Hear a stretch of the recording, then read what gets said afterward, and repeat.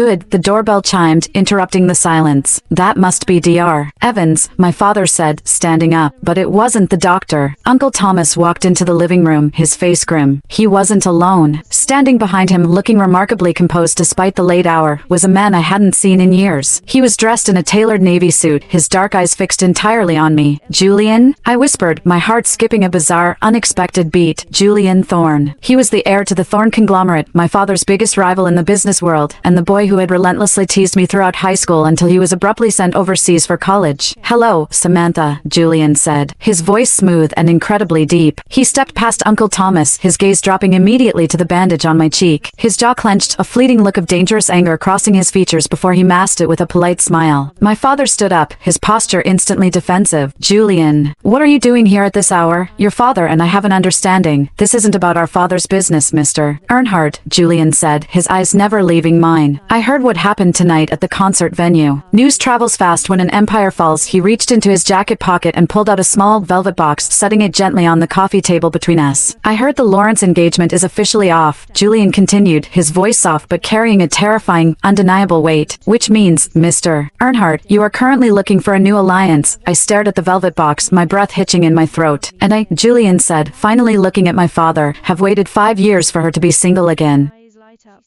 I think so too, she said. Max is my best friend.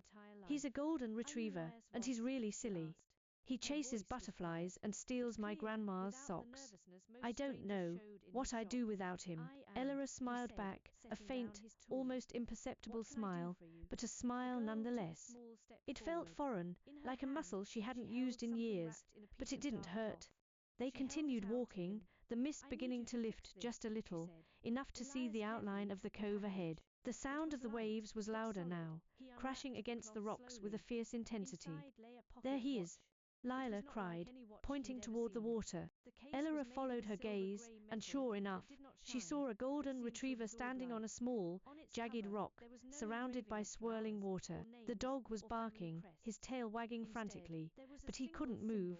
The rocks were too slippery, and the current was